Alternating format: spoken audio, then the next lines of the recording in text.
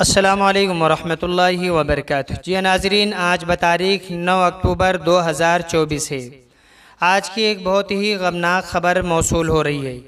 ये ख़बर मेवात से मौसूल हो रही है। बताया जा रहा है कि आज हज़रत मौलाना खालिक साहब का इंतकाल हो गया है। इन्ना लिल्लाहि व इन्ना इलैहि राजिऊन। नाज़रीन, हम आपको बता दें कि हज़रत मौलाना खालिक साहब रहमतुल्लाह अलैह का एक बहुत बड़ा दीनी इदारा है जिसका नाम कासिमुल उलूम है।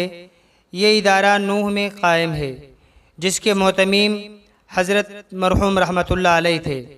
हज़रत मौलाना खालिक साहब रहमतुल्लाह अलैह बहुत नेक और सालेह आदमी थे, बड़े मुशफ़िक़ थे।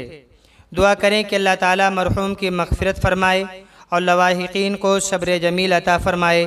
अल्लाह ताला हज़रत वाला के दर्जात को बुलंद फ़रमाए और क़ब्र में करवट करवट सुकून नसीब फ़रमाए। आमीन। अस्सलामु अलैकुम वरहमतुल्लाहि वबरकातुहू।